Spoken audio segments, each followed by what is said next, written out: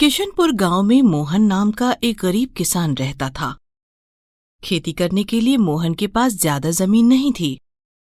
उससे जो भी फसल होती थी वो आधी फसल घर के इस्तेमाल के लिए रख लेता था और बाकी की फसल बेच देता था। मोहन का छोटा सा परिवार था। परिवार में उसकी पत्नी शांति और 2 बच्चे राजीव और रानी थे। राजीव बड़ा था और रानी उससे 2 साल छोटी। राजीव अपनी बहन रानी से बहुत प्यार करता था। घर में गरीबी थी लेकिन फिर भी परिवार खुश था। ऐसे ही हंसी खुशी से वक्त गुजर रहा था। राजीव अब कॉलेज जाने लगा था और रानी भी 11वीं क्लास में आ गई थी। रानी देखने में बहुत ही सुंदर थी, लेकिन गरीब होने की वजह से मोहन को हर वक्त रानी की शादी की चिंता लगी रहती थी। एक दिन मोहन खेत से घर लौटकर अपनी पत्नी शांति से कहता है, अरे शांति कहाँ हो? जी अभी आई। ये लीजिए पानी। क्या हुआ? कुछ परेशान लग रहे हैं आप। हाँ शांति, वो बिरजू है ना, अपनी बेटी बेला का रिश्ता तय कर दिया है उसने। अच्छा घर बार है, बता रहा था लड़का शहर में नौकरी करता है। अच्छा, ये तो बड़ी अच्छी बात है जी। बेला तो अपनी रानी की पक्की सहेली है। लगता है उसे अभी तक ये बात पता नहीं है, वरना अभी तक हल्ला मचा देती। ओहो, तुम्हारा दिमाग तो बस फालतू की बातों में ही लगता है। तुम्हें पता भी है बेटी की शादी कितनी बड़ी जिम्मेदारी है। बिरजू की सांस अटकी हुई है। घर का सारा सामान, एक मोटरसाइकिल और पूरे 5 लाख कैश मांगे हैं लड़के वालों ने। बेचारा बड़ा परेशान था, मदद की उम्मीद से आया था मेरे पास। अरे बाप रे, इतना सारा दहेज! वाकई बिरजू भैया बड़े परेशान होंगे इस वक्त। वही तो, ये सब सोच सोच कर मेरा तो सर फटा जा रहा है। अपनी रानी का क्या होगा शांति? कैसे करेंगे उसकी शादी? अपना तो गुजारा ही बड़ी मुश्किल से हो पाता है, फिर ये दान दहेज कैसे कर पाएंगे हम? आप बहुत ज्यादा सोचते हो जी। हमारी बेटी परी है, परी। आप देखना, एक दिन जरूर कोई राजकुमार आएगा और अपनी रानी को ले जाएगा। रही बात दान दहेज की, तो ऐसी शादियां मुझे तो समझ नहीं आती।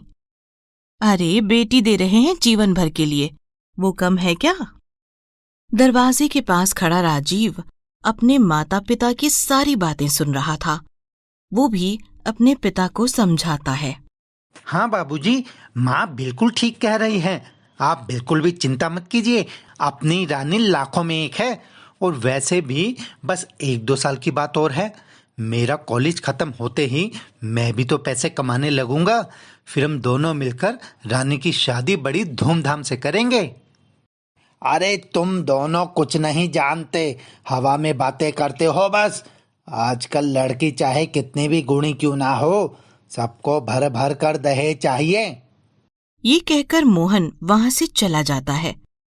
शांति और राजीव चाहकर भी उसकी चिंता दूर नहीं कर पाते। कुछ दिनों बाद जब मोहन अपने खेत में काम कर रहा था, तभी अचानक उसे एक जहरीला सांप काट लेता है। जहर धीरे धीरे उसके शरीर में फैलने लगा। वो मदद के लिए आवाज तो लगा रहा था, मगर उसे कोई सुनने वाला वहां नहीं था। मोहन समझ चुका था कि अब उसके जाने का वक्त आ गया है। उसने आसमान की तरफ देखा और कहा, हे भगवान, ये क्या किया आपने? एक तो वैसे ही गरीबी और मैं घर में अकेला कमाने वाला, मेरे बाद क्या होगा मेरे बीवी बच्चों का? इसके साथ ही मोहन की आंखें बंद हो गई हमेशा के लिए। हंसते खेलते परिवार पर दुखों का पहाड़ टूट पड़ा। अब घर चलाने की सारी जिम्मेदारी राजीव पर आ गई। न चाहते हुए भी राजीव को अपनी पढ़ाई बीच में ही छोड़नी पड़ी और उसने पिता का फावड़ा और हल उठा लिया। मोहन ने कभी उसे खेत में काम करने नहीं दिया था। वो तो राजीव को पढ़ा लिखा कर बड़ा आदमी बनाना चाहता था, लेकिन किस्मत को तो कुछ और ही मंजूर था। राजीव ने धीरे धीरे गांव के बाकी लोगों से खेती करना सीखा और दिन रात जी तोड़ मेहनत करके अपने परिवार को संभाला। शांति और रानी भी राजीव की हालत देखकर बहुत दुखी थे। एक दिन राजीव थका हारा घर पहुंचा तो रानी उसके माथे से पसीना पोंछने लगी और बोली, भैया, ये लो ठंडा पानी, आप आराम से लेट जाओ, मैं आपके पैर दबा देती हूँ। अरे माँ, ये अपनी रानी ही है क्या? लग तो नहीं रहा हमेशा मुझसे लड़ने वाली रानी आज मेरे पैर दबाने को कह रही है। सब ठीक तो है? तबीयत तो ठीक है इसकी?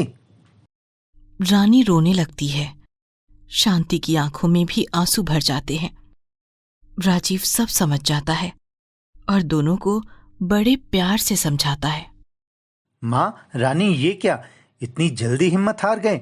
मुझे बाबूजी का सपना पूरा करना है, अपने परिवार को अच्छे से संभालना है और अपनी प्यारी गुड़िया को एक राजकुमार के साथ उसके घर भेजना है, वो भी ढोल नगाड़ों के साथ। तो मेहनत तो करनी ही पड़ेगी ना। बाबूजी भी कभी मेहनत से नहीं घबराए और मुझे भी उन्होंने हमेशा यही सिखाया। आप लोग मेरी चिंता मत करो, मैं बिल्कुल ठीक हूँ और खुश भी हूँ। राजीव की खुशी के लिए शांति और रानी दोनों मुस्कुरा देती हैं और सभी लोग मिलकर खाना खाते हैं। वक्त ऐसे ही बीतता जा रहा था। एक दिन रानी अपने स्कूल में उदास बैठी थी। उसकी सहेली निशा ने उससे दुखी होने की वजह पूछी। रानी ने उससे सब कुछ कह दिया। निशा कुछ कर तो नहीं सकती थी, लेकिन फिर भी उसने रानी का मूड बदलने के लिए उससे कहा, ये बातें छोड़ रानी, तुझे सोमू भैया याद है, मेरे ताऊजी के बेटे? वो कल लखनऊ से हमारे घर आ रहे हैं। हाँ, जब वो पिछली बार अपने मम्मी पापा के साथ आए थे तब मिली थी उनसे, लेकिन तब तो हम बच्चे थे। अच्छा, तो तुझे याद है। वैसे अब वो पहले वाले दुबले पतले सोमू भैया नहीं रह गए, एक बड़ी कंपनी में मैनेजर बन गए हैं और बहुत स्मार्ट भी हो गए हैं। अच्छा, ये तो अच्छी बात है। निशा रानी की अच्छी सहेली थी, साथ ही एक मालदार जमींदार की बेटी भी थी। कुछ दिन बाद गांव में एक बड़ी सी कार आई। कार को देखकर गांव के बच्चे उसके पीछे दौड़ने लगे। वो कार सोमांश की ही थी, वही सोमांश जिसे निशा सोमू भैया कहकर बुलाती थी। सोमांश एक हैंडसम लड़का था और उससे भी अच्छी बात ये कि उसका व्यवहार बहुत ही अच्छा था। सोमांश जब घर पहुंचा तो निशा और रानी उसके इंतजार में पहले से ही बैठे हुए थे। निशा अपने भैया को देखकर खुशी से दौड़ी और रानी तो बस उसे देखती ही रह गई और पुरानी यादों में खो गई कि कैसे वो तीनों मिलकर आम के बगीचों में खूब खेला करते थे। सोमांश की नजर रानी पर पड़ी तो वो भी उसे तुरंत पहचान गया और बोला,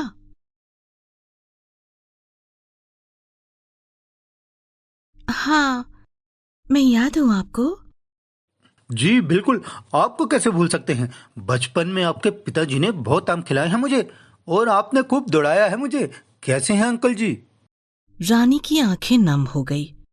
रुंधी हुई आवाज में उसने कहा, जी वो अब इस दुनिया में नहीं रहे, वो हमें हमेशा के लिए छोड़कर चले गए।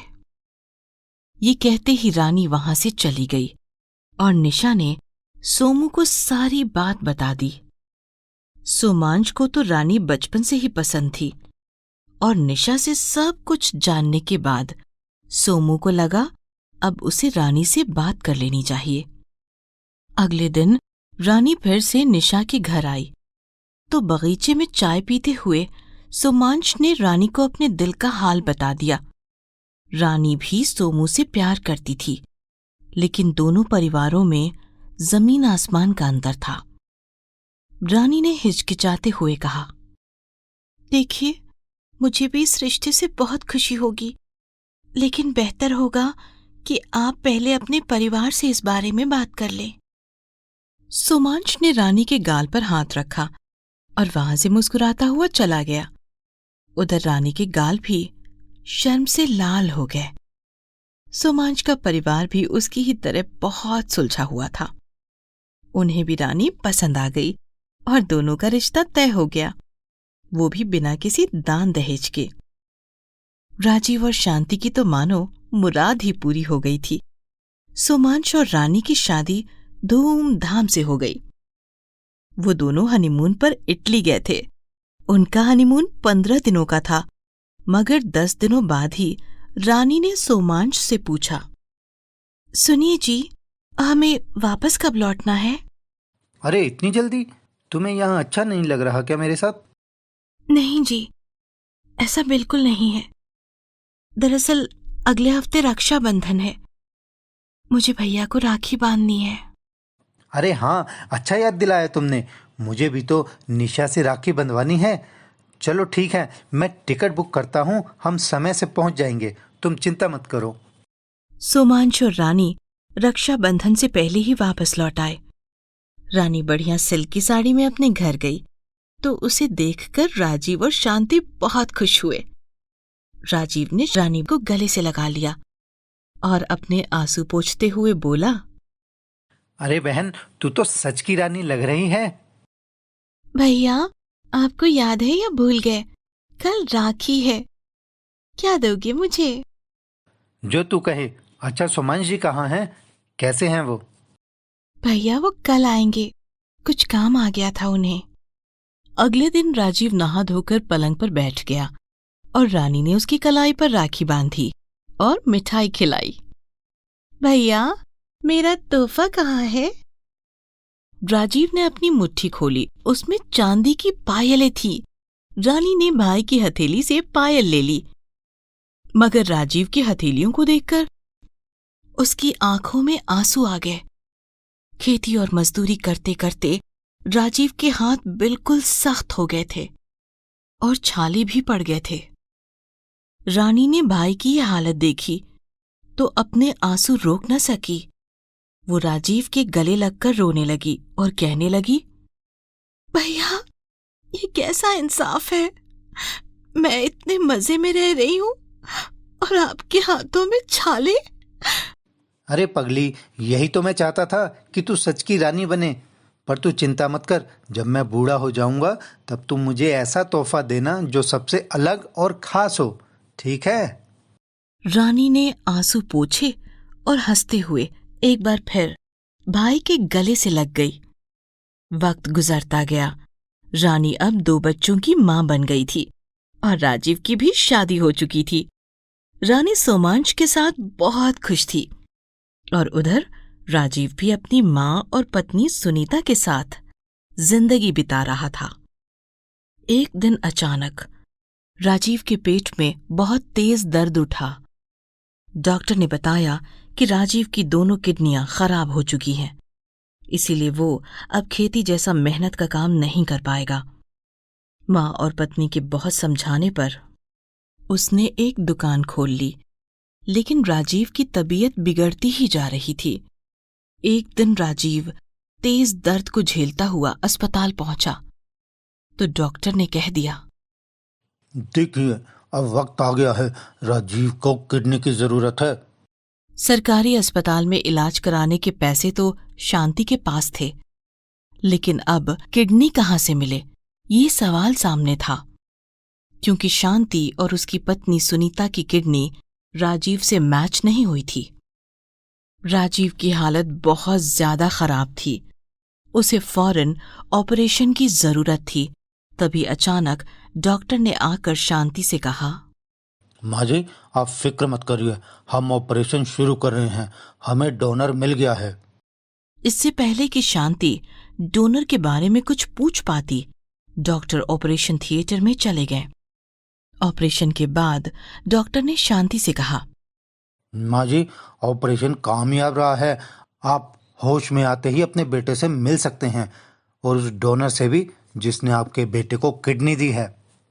शांति और राजीव की पत्नी सुनीता भगवान का शुक्रिया अदा कर ही रही थी कि तभी नर्स ने उन्हें अंदर आने को कहा। राजीव को होश आ चुका था, मगर ये क्या? बगल वाले बेड पर तो रानी लेटी हुई थी, जिसका हाथ सोमू के हाथों में था। दोनों शांति और सुनीता को देखकर मुस्कुरा रहे थे। वो डोनर कोई और नहीं बल्कि रानी ही थी, जिसकी किडनी राजीव को मैच हो गई और उसने राजीव की जान बचा ली थी। रानी ने धीरे से राजीव को कहा, भैया, इससे ज्यादा खास तोहफा नहीं था मेरे पास आपको देने के लिए।